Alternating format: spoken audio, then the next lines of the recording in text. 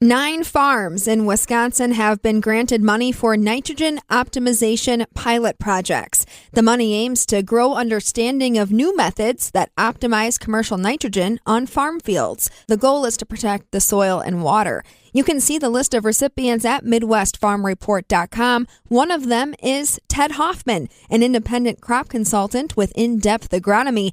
InDepth Agronomy also received a grant last year with Golden E Dairy. They've already gotten started on that pilot project. Ted tells us the reason the industry advocated for these nitrogen grants in the first place is to make sure that they have updated research.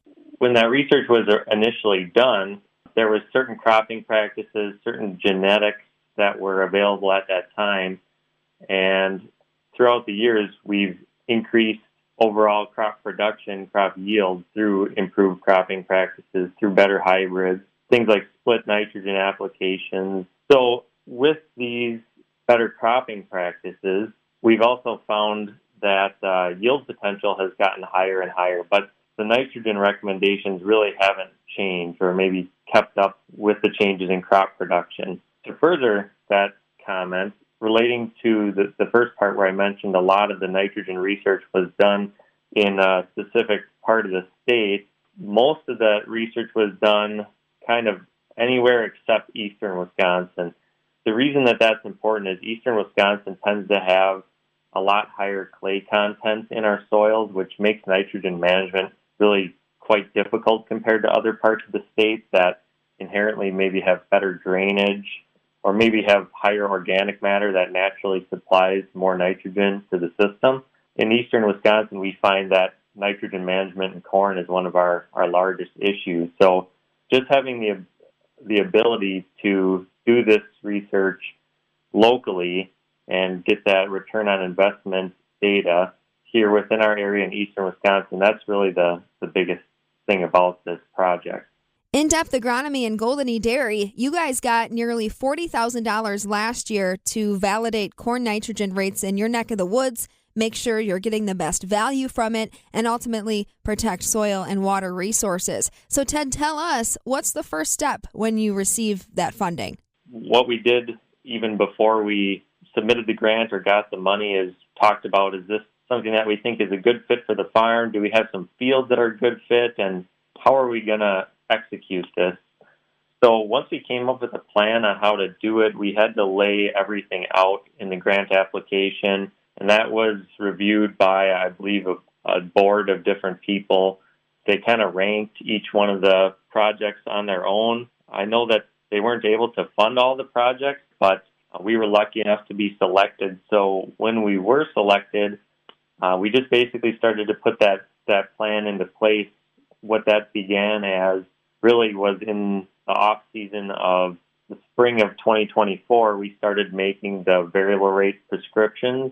That's kind of an interesting aspect of this research, is using the precision agriculture equipment that these farms already have available to them. So to elaborate on that, specifically how we're doing this is we're utilizing Golden E Dairy's variable rate application technology and their various technology packages that they've upgraded to apply the nitrogen variable rate with their sprayer, and then they're able to go back and plant that field really without regard of where the locations of the plots are, and then they're able to harvest that field normally without having to keep track of the specific locations of the plot, and all of that yield data then is just analyzed at the end.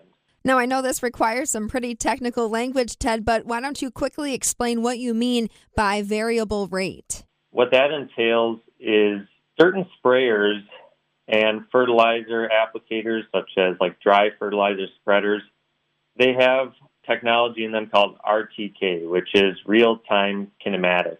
That RTK technology, basically, that sprayer or dry spreader knows where it is on the earth with sub-inch accuracy at all times. Not only does it know where itself is, but the whole boom width or the whole working width of that piece of equipment. So as that piece of equipment travels across the field, we've programmed the computer to automatically change to different rates of fertilizer throughout the field to install the replicated complete block design of these plots. So basically, you're not adding any more nitrogen than you need in areas of the field, and then you're not adding too little in areas that need it. Yeah, correct. That would be how we typically use the variable rate technology.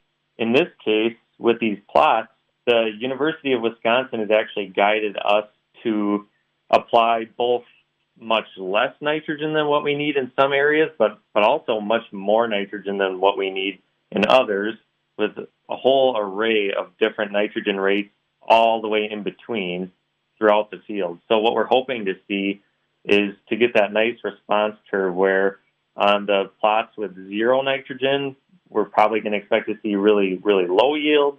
Somewhere in the middle, hopefully we see the highest corn yields. And then at the very highest or maybe excessive nitrogen rate, we kind of expect to see that at a certain point, corn yields won't get any higher. So, Ted, what do you hope to do with that information? What's the return on investment with the data you're getting regarding nitrogen optimization? Yeah, so the yield data will be analyzed. This is a multi-year project, which is really important because we need to account for just the variability from year to year in terms of growing seasons. And after 3 years of doing this data collection, the farm and I are going to sit down and we're going to look at that data. We're also going to pool that with some other farms in the area that have been doing something similar.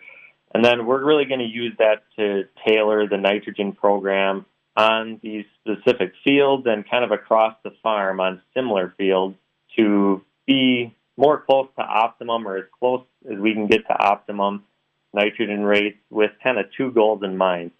We want to have really the lowest cost of production and the lowest environmental impact while maintaining the highest possible yield. Thanks for that point, because these grants aim to, yes, protect the environment, but also the bottom line for farm businesses. Absolutely. The goal all the time with all the clients we work with, but especially Golden E Dairy, is to only apply the amount of nitrogen we really need to get that successful corn crop. If you're applying any more than that, you're really, hurting your return on investment. But if we can hit that right on, that's going to be the best economic move.